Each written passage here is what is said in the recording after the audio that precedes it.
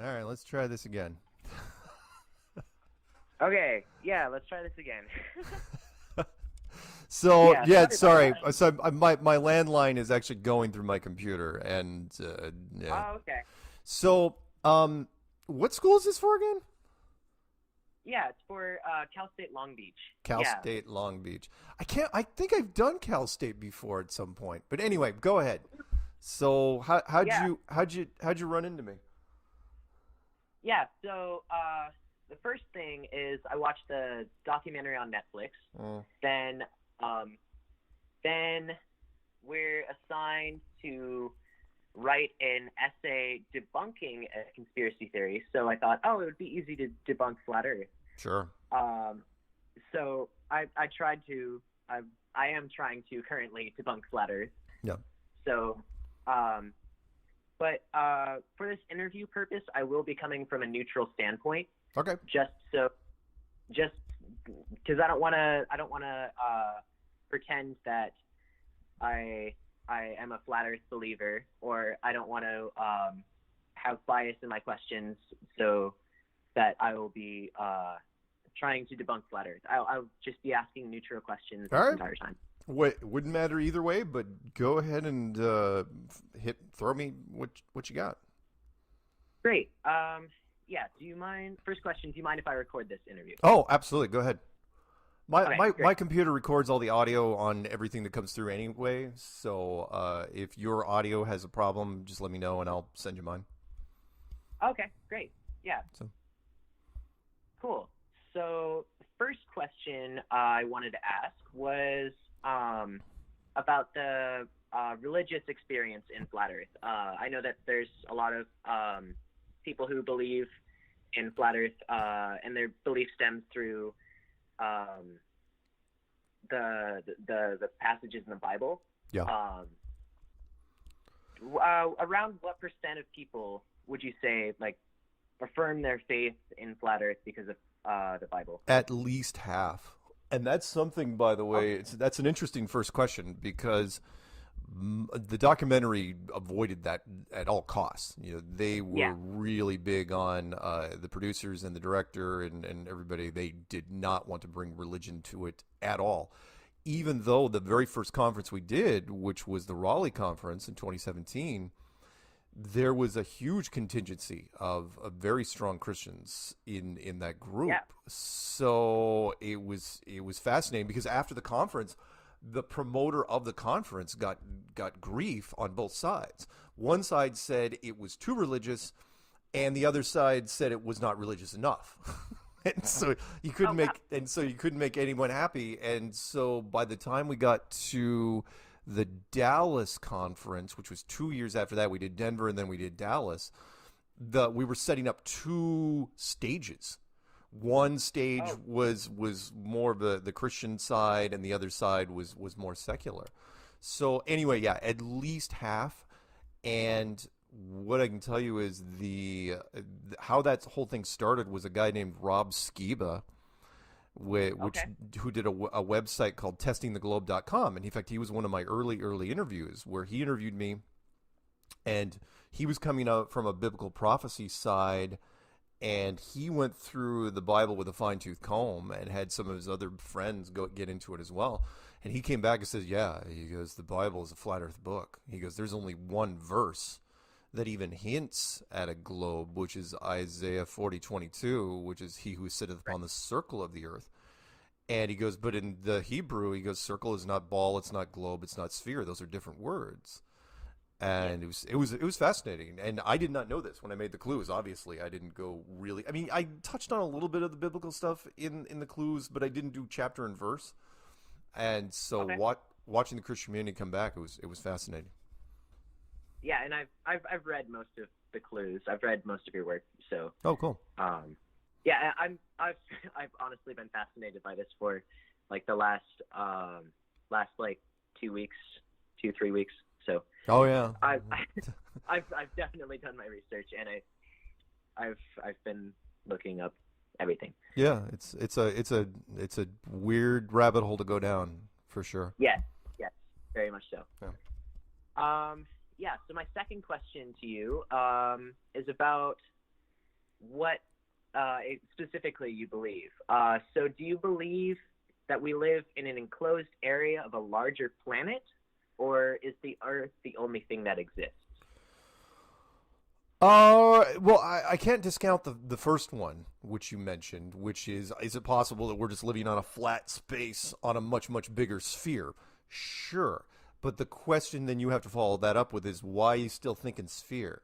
Why? Right. It's mostly because this is what you're taught. We are taught space, everything about outer space and everything about the, all the planets, Jupiter, Mars, Venus, Pluto reclassified and everything else. I still hold true to that we, outside of this world, we are living in, we don't know what it is.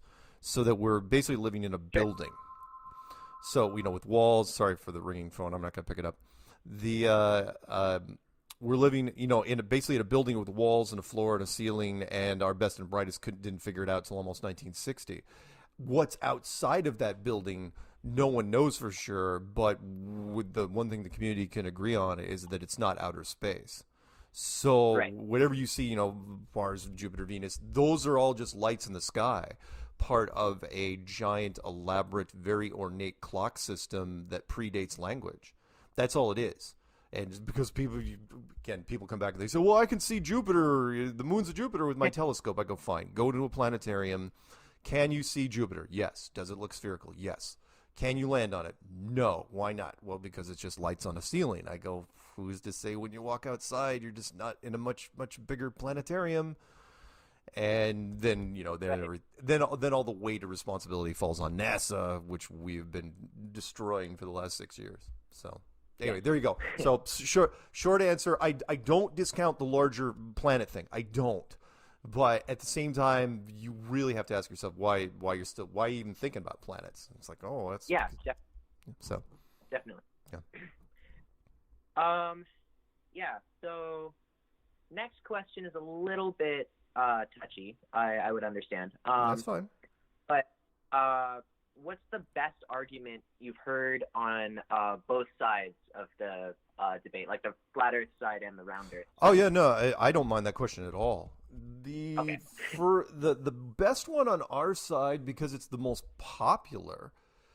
Well, all right, I'll give you the two because I'm kind of torn. If you ask any other flat earther, the most popular flat Earth argument on our side is long distance photography, far and away. Yeah. It's not discussed in the clues. People just decide to do it on their own. It's like, let's go to a beach with a HD camera and just start shooting long distance. And it's like, why? Because it's tabletop flat. Even my initial stuff talked about that it was a roulette table sort of feel to it, where kind of a bow and kind of a center, and people, the internet misses nothing. They say, yeah, you can't bring up roulette table, you can't compare it to a roulette table. I go, why? And they go, because all the numbers of a roulette table add up to 666. And I go, yeah, it's like, is that real? It's like, yeah, it absolutely is real. I remember you mentioning that in one of the videos. Yeah. So long distance photography on our side, by far the most popular. The most convincing one for me, though, is gravity versus the vacuum of space, because it uses. Explain that a little bit? Yeah, it's kind of like a judo move where you're using the weight of your opponent against themselves, which is you're using science. You come at science and you say, okay, this is your law. Right, not a guideline, not a rule. It's a law. It absolutely will happen, which is a pressure cannot exist next to non-pressure without a barrier.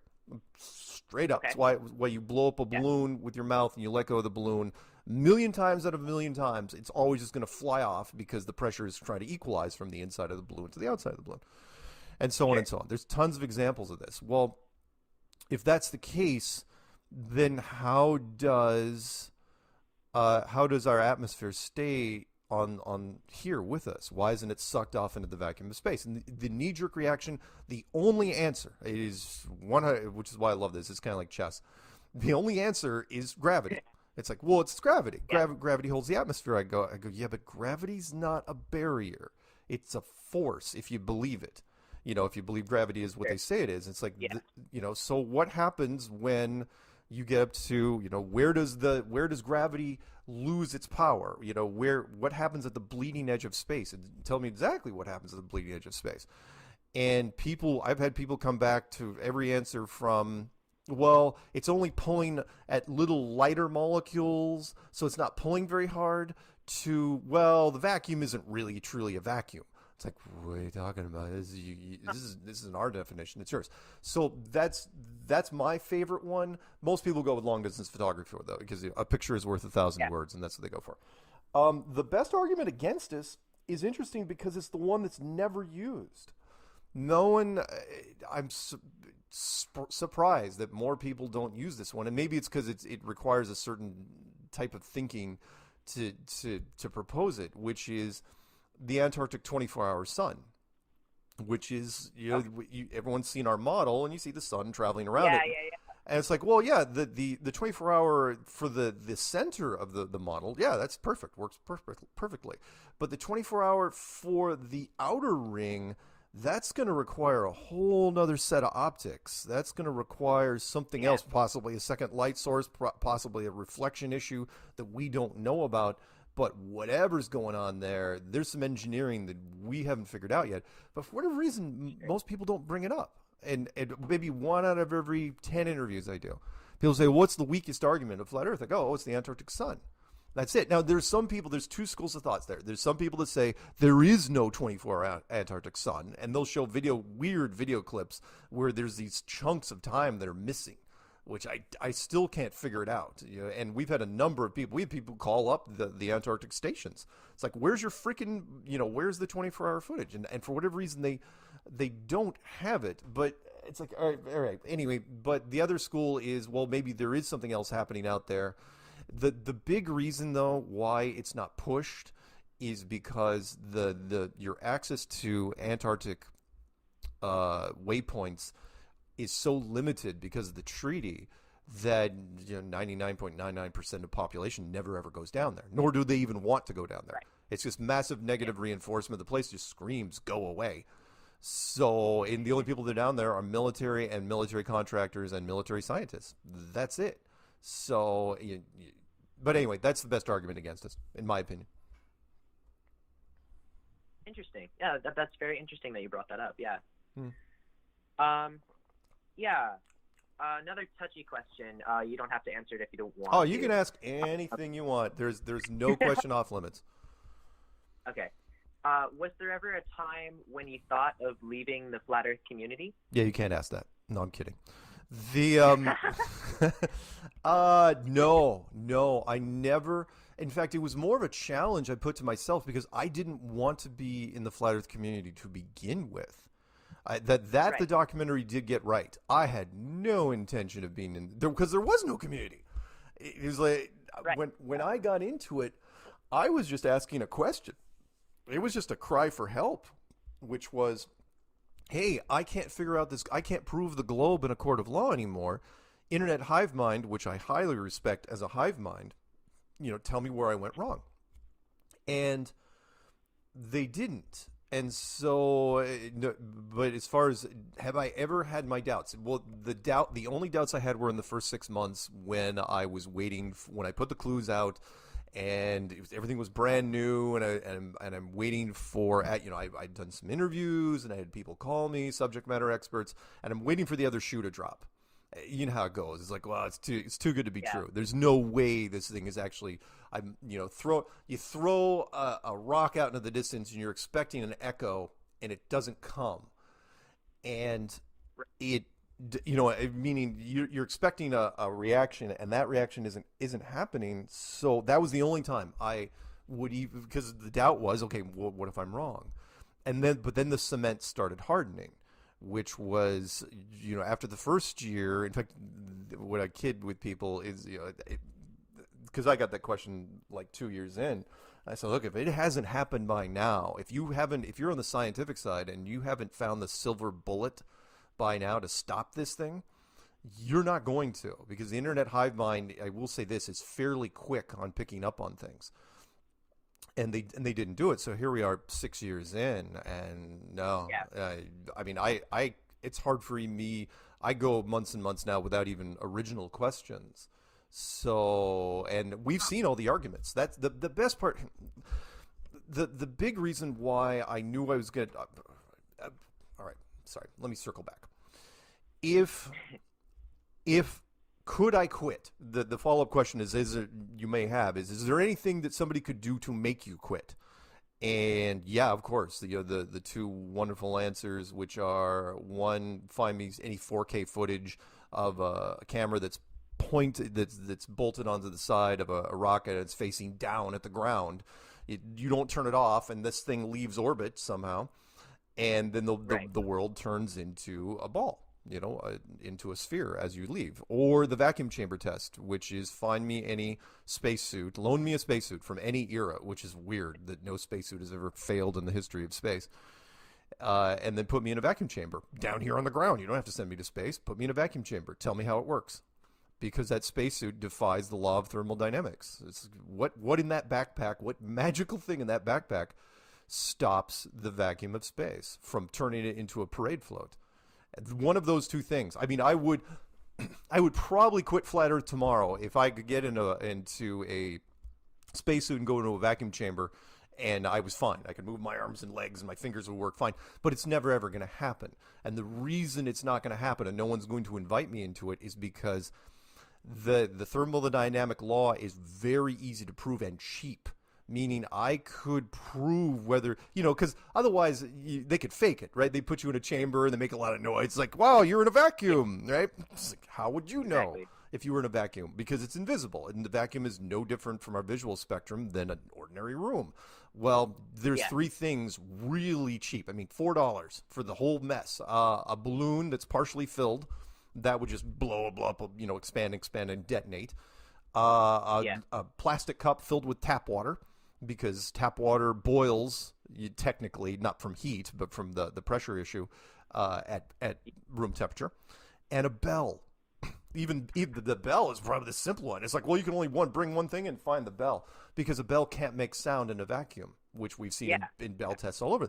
Well, those three things. I mean, hell, just bring me into the freaking bell, and if it doesn't make noise, great, I'm in a vacuum chamber.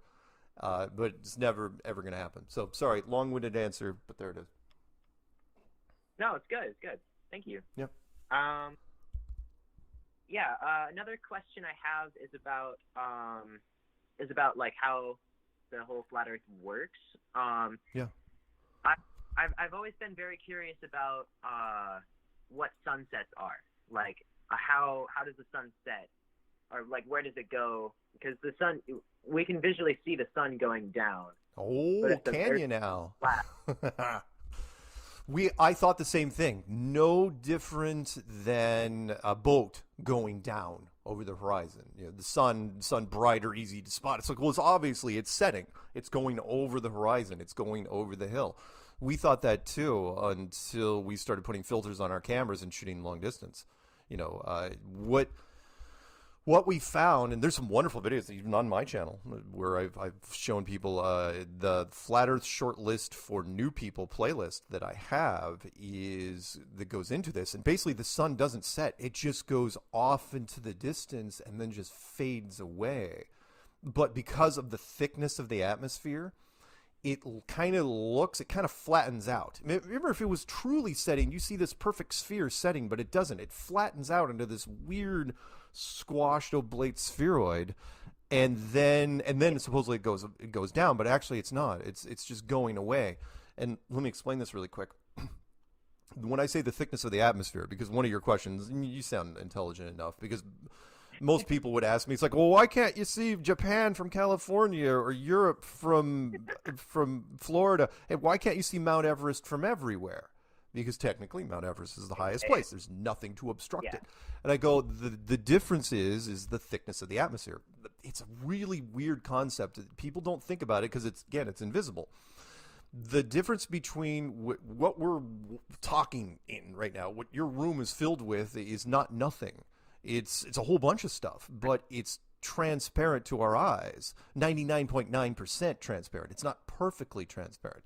You're breathing in actually mostly nitrogen, 80% nitrogen and 20% oxygen. Yep. I know there's some trace gases, but who cares? We're not gonna break that down. That's too geeky. So But you compare that to a vacuum chamber, it looks absolutely the same.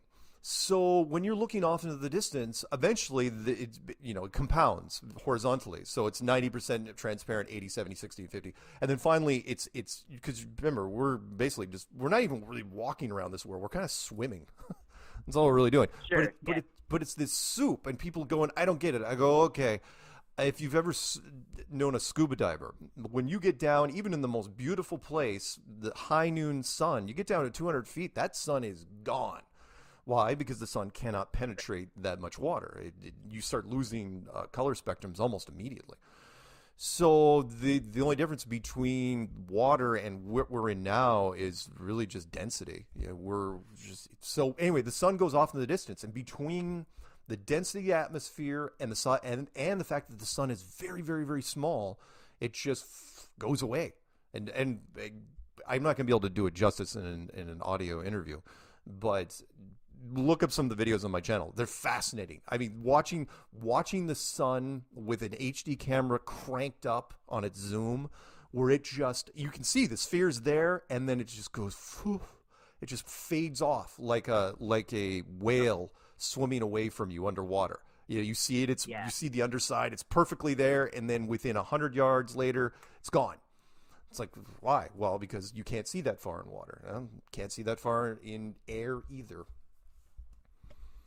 Right. There you go. Yeah. So, my last question about the theory side. Mm-hmm. I have more questions later about the business side of it. Okay. But my last question about the theory side is, at what point in history did people become indoctrinated by the round Earth theory? Best I can tell, 500 years. Give or take. Yeah, you got to remember that back then. I mean, you could say that the Greeks, it's like, oh, we proved a sphere, but how much credit can you give them when even the continents were discovered yet? And it's like, well, right. we live in this, and as you know, exploration back then was dicey at best. So let's round up to 500 years ago, only because, and even then, what a pain. Because remember, 500 years ago, most of the population of the world didn't know how to read and write. It was a pretty simple time. Your top thing on your list of things to do, even though there was no list of things to do because you couldn't write it, was just staying alive.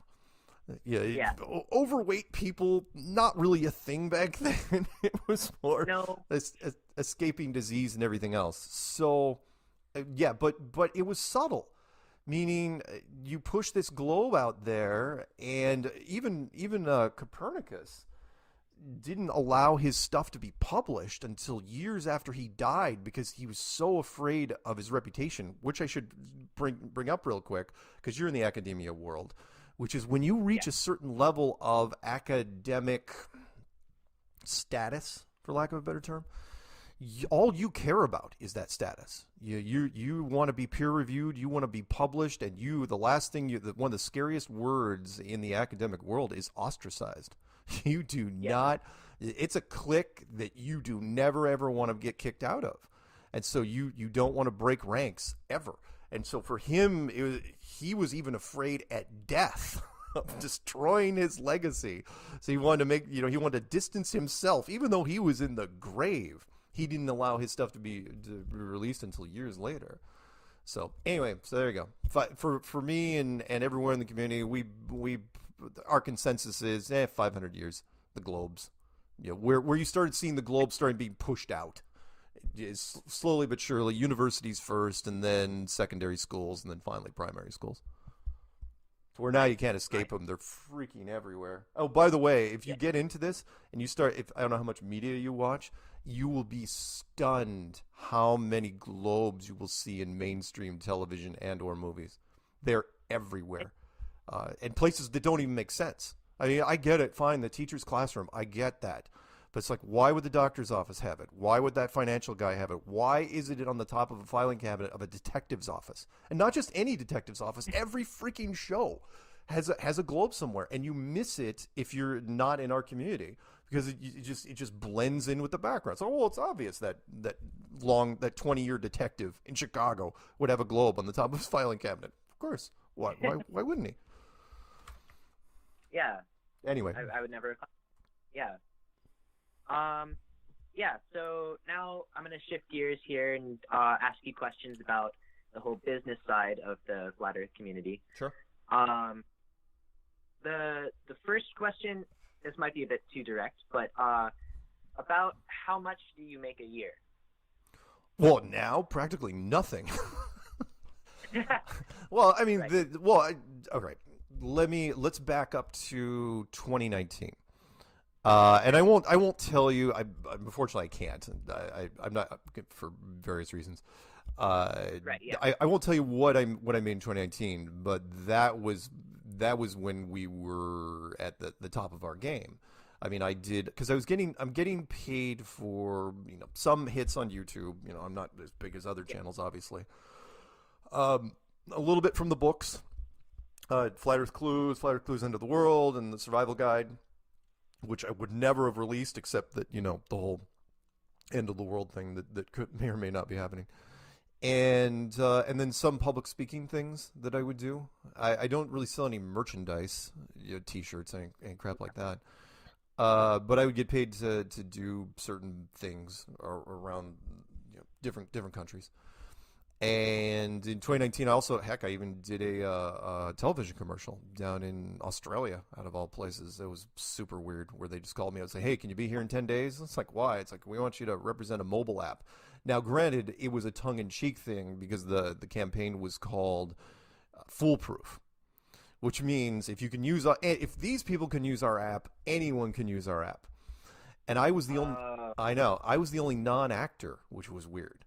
As when I was down there, I was asking him, so why am I here? If everybody else is you've got multiple Americans that you're using Australian actors to pretend to be Americans, why didn't you just have an Australian pretend to be a flat earther? What's interesting was that there were people in the company that were in the Flat Earth. They were part of our community, but since 90% of our community is still in the closet, they were sort of in the shadows, as it were. And so I met them, Right. And we did the commercial and stuff. I'm like, oh, that's awfully nice. So, but anyway, yes, 2019, great, wonderful. I wasn't going to complain for it's enough to pay the bills. Let's put it that way. But then in last year, we did, I think, one conference last year, which was in South Carolina, and the reason is because when we've looked for conferences now, since we're conspiracy people, we try to find a mask-free, because conspiracy people aren't going to wear masks. And that's tough to do. You try to find, because of corporate liability, our big conference last year was supposed to be in Vegas. And we couldn't find a venue that would allow us in there. And so we had to find one out in South Carolina. In fact, it was a Shriners convention, which has, which are tied to the Masons, which is a whole nother conspiracy thing. It's like, okay, well, the enemy of our enemy is our friend. How about that? So, yeah. But I mean, there's some people that make money off YouTube. They get the nickels from YouTube, and some people sell T-shirts. But it is not a big moneymaker by any stretch. Nobody, I'll be the first one to say it, but no one would disagree with me in our community, which is everyone that gets into it. They don't get into it for the money. They get into it because it's this revelation, this truth epiphany, the Jerry Maguire moment, where you wake up and you're like, wow. And then you don't care about anything else. You just start telling people. I mean, divorces happen because of it. Family breakups happen because of it. Weird things happen in companies where, if you're too public in the company, you are then known as the flat earth person. So it's bizarre. Yeah. I think I have a couple more questions about Sure. the business side. I'm just curious as to how the Flat Earth conferences work. Like, how does scheduling work? Is there a committee to plan it, or no? It was very loose. I'll tell you Okay. I'll tell you the Raleigh conference and the Denver conference and the Dallas conference, and of course the South Carolina thing was different. Uh, the core group of people, we're all in contact through social media, and you kind of see like the first three conferences, which were done by Robbie Davidson. He's out of Canada. He did it pretty much what you would expect, which is he tries to see who's the up and coming people, who are the most popular flat Earth people, and doing social media and various things. Who would you think would? And he would ask around, and because social media, I mean, you can get a fairly good consensus quickly. You go through chat rooms. It's like, oh yeah, I'm thinking of bringing this person to the conference. Thinking of bringing this, and the lineup would slightly change between the time he announced the conference and the time I get there. I mean, every once in a while someone would drop out, but someone else would rise. There was no shortage of people to bring to it because there's tons of people on social media that have channels. But you look for the ones that aren't too controversial. And well, in Robbie's case, because he comes from a strong Christian background, at least half the conference was Christian. So it was weird. So in that regard, where we, no one disagreed with all of his picks. I don't think I really complained about I mean, yes, there were going to be some conflicts because some people didn't like each other, but since it was a common goal, we kind of got over it. The only like the first conference was almost perfect in that regard. The second conference we ran into a problem because Logan Paul showed up and he tried to punk us. Yeah, that was awful. And that was the only conference I left early because I did not want to, because the Logan insisted that it was kept a secret, and so nobody knew until the night before. And the thing was, because Logan's got a much younger audience. I mean, we're talking 8th graders, freshmen in high school. That's a young group. But I did enough internet research. I knew who the guy was when it was told to me. It's like, oh yeah, it's gonna be Logan Paul. I go, it can't be Logan Paul. He's a freaking troll. He's a professional troll. That's all he does. But our conference promoter was convinced that he wasn't going to troll him. This was going to be his first serious thing. I'm going, yeah, you are dreaming. And then 3 months later, he released his compilation. And of course, it was a monstrous troll. The second big one we did, which was or the third one that was Denver. The third one we did was Dallas. The only controversy there was Jimmy Kimmel from the Late Show or Tonight Show, or which one he does. I remember. Yeah, he contacted the promoter and asked if he could send a team. And it's like, oh, okay, well, you're being above board, and as long as you don't, as long as you play by the rules and everything, you're not going to troll us. That's fine, which was true. His official team did not troll us. However, he sent in an extra guy that was not announced. He was not on the bill, and he came dressed as one of us, and paid full freight, and then spent the morning trying to. What they did was very sneaky. This guy was talking to people, and the camera guys would shoot him long distance, from quite a ways away. And he was mic'd up the entire time. So that was a little bit of controversy. But for the rest of it, again, is pretty informal. We just bring in the people. It's like, oh, there's the core group of people that were in the documentary. They're kind of in on it, where they're kind of asked, like, what do you think of this? What do you think of this person? But if you're hosting the promotion, or if you're hosting the conference, you have the final say, because it's your deal. And the first three were really done by one guy, which was Robbie Davidson. Okay, great. Let's see. Last question here, final question. Yeah. What would you say to someone who wants to know the truth about the curvature of the Earth? Don't look at it. Just. Oh, I mean, they're getting into it. Are we talking about someone that is just being introduced, or someone? Yeah. Oh, okay. Well, first off, which I have said on many occasions, like, if you like your life the way it is, if you wake up and think that everything is awesome, thumbs up. Don't look at this, because there is a point of no return in the flat Earth, very similar to the Matrix red pill, blue pill thing. Because once you how many cliches? You can't unring the bell. Once you see it, you can't unsee it, which is why our retention rate, and I don't know if they talked about it in the documentary or not. I don't think they did. We have a 99% retention rate, meaning yeah, I know you. I mean, it's true though, because you are the one. I don't convince you. I don't convince you. I don't persuade you. All I do is throw the idea out there and let you run it with it, and you figure it out usually on your own at home in the privacy of wherever it is. And if you get into flat Earth, then you can't. How are you going to put the globe back together? You were the one that tore it back down. As far as people trying to find, so you find the curvature or not, or find evidence one way or the other the curvature. Is that the question? Yeah, find evidence one way or the other. The most popular one, which is the curvature formula. That's the long distance photography, which is usually that's what convinces people. Which is that meaning out of 10 people that get into flat Earth, probably 8 of them, it's the long distance photography that does it. Which is the curvature is 8 inches per mile, or 8 inches per mile squared, which means that eventually, like a boat or the sun or whatever, when it goes off far enough in the distance, you shouldn't see it anymore, ever, because it's on the other side of the hill. So why, when we bring better cameras, can we see these objects? And again, you see it with your naked eye, and I know the naked eye only has a certain length.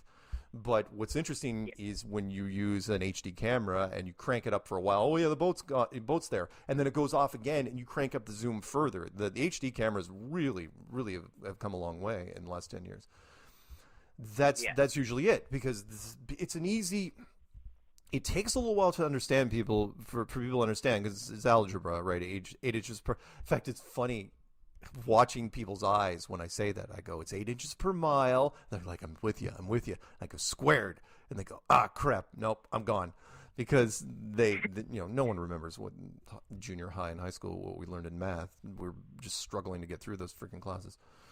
Or at least I was. So if once they kind of understand that, which is, look, it's or you take the math out of it, which is what I did in the clues. But I didn't talk about this in the clues, is if it goes far enough, it should not ever be visible again. And we see objects so many times now that are at long, long distances, to where now the challenge is, okay, find me an object that we never can see. Find me an object at 70 miles. It's like you never, ever, ever will be able to see that object at 7 miles. Now, you can't choose a body of water that is so turbulent, that the weather's always horrible all the time. In fact, someone wrote me like 2 weeks ago, and they said Cuba from the farthest south point of Key West. And I said, wow, that's really good. Has anyone even down there? Has anyone done that? And I don't think anyone's done it, because how many people go to the farthest thing at Key West and try to shoot Cuba? I should probably look that one up. But again, it's the Gulf of Mexico. I don't know. It's gonna be kind of tricky out there. I mean, you'd have to find a really, really calm day, completely calm, between Key West and Cuba. I don't know if it exists. Kind of like the English Channel, when you're shooting from the southern part of England to France. I don't know if anyone can do that either. So anyway, sorry. That's the one I would show people. Is like, look, you want the curvature of the Earth? Yeah, long distance photography. So, well, I mean, you could do. There are laser tests, fine, but you don't have to use laser tests. You can. I would do just straight up long distance photography. In fact, sorry, one more thing. Down in your neck of the woods, the two things I would point out, which would be the Salton Sea mirror experiments, which we've done. I'm pretty sure that's in my experiment playlist, which is because we couldn't use lasers during the day because of the sunlight. And someone said, hey, why don't we just buy a cheap mirror and put it on the beach on the other side and use the sun as it's kind of like a poor man's laser. And that worked. And okay. And you it just punched right through the distortion, even with the heat and the Salton Sea. That's a horrible place, by the way. And most people don't even know. There's like, oh yeah, there's a complete salt, horrible, like a Dead Sea, which is just east of Los Angeles. It's really big. It was supposed to be the new thing. You know, it was supposed to be this wonderful real estate development, but then the lake turned out to be toxic.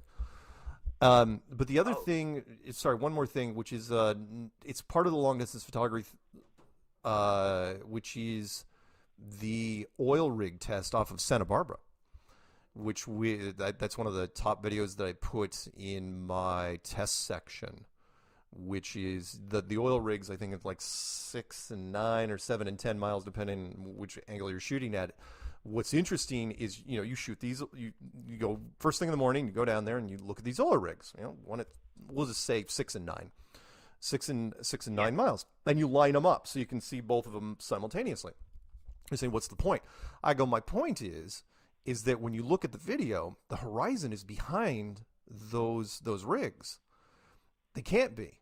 If I've got so many people that say, oh yeah, the sailboat's chopped off in the middle of snow, that's just atmospheric lensing. But when you're looking at these oil rigs, the horizon cannot be behind them. There is no distortion. There's no atmospheric effect that can put that horizon behind them. Meaning you can't have the horizon cutting off the oil rigs and be behind them simultaneously. And that just freaks trolls out to where I had a troll come back and they say, well, that's not the real horizon. It's like, what? It's like the real horizon is invisible. And in front of it, it's like, what? Where are you even coming up with this? They could not, they would not, they refused, you know, the 5 stages of acceptance, that they refused to see it. And I mean, they cannot accept it. Where it's like, well, it's got to be a cloud bank. I go, I don't care what it is. I don't care if it's a bank of Swiss cheese back there. It's behind the rigs. And they're like, eventually they resort to, well, you're dumb. It's like, what? Like, that's what you're gonna use? Sorry, let me end this part with this, which is, have you heard of the Dunning? I think they talked about it in the documentary, which was the Dunning-Kruger effect. Yeah. Yeah. Okay. I love that effect, or I love that thesis so much because it is the childhood argument of, we've all heard this, right? The playground argument. It's like, you're too dumb to know how dumb you are, right? We've all heard this growing up. It's like you're picking on somebody's picking on somebody, and somebody throws out that, you're too stupid to know how stupid you are. That's all the Dunning-Kruger effect is. It's like, okay, somebody thought after their masters that when, you know, some, not picking on the nerdlings out there too much, but there was like, you know, because obviously they were picked on as kids, and it's like, you know what, I think I can actually stretch this into a PhD. And they get their friend, it's like, yeah, let's do this. And they did. They took it and absolutely made it into a PhD. So when you hear somebody says the Dunning-Kruger effect, that is just a PhD term for, you're too dumb to know how dumb you are. And someone stamped that off. Oh yeah, that sounds like a totally solid thesis. Let's approve this. Someone got their multiple people got their doctorates based on that concept. And it's used even, it just kills me when I see scientists, and well, obviously these people are suffering from the Dunning-Kruger effect. It's like, because you don't want to say what you really want to say, which is, well, obviously the people are just morons. They don't even know it. Yeah. It's like, wow.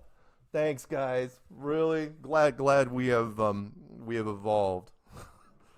Anyway, anything else I can do for you? No, that's about all my questions. Yeah, thank you so much for doing this interview with me. It was a very good experience, and I'll make sure to send you a copy of my paper afterwards. Yeah, please. So that you can. Please do. If you need any resources, or if you want anyone else to talk to, if anyone else on YouTube, you know, there's a ton of people out there.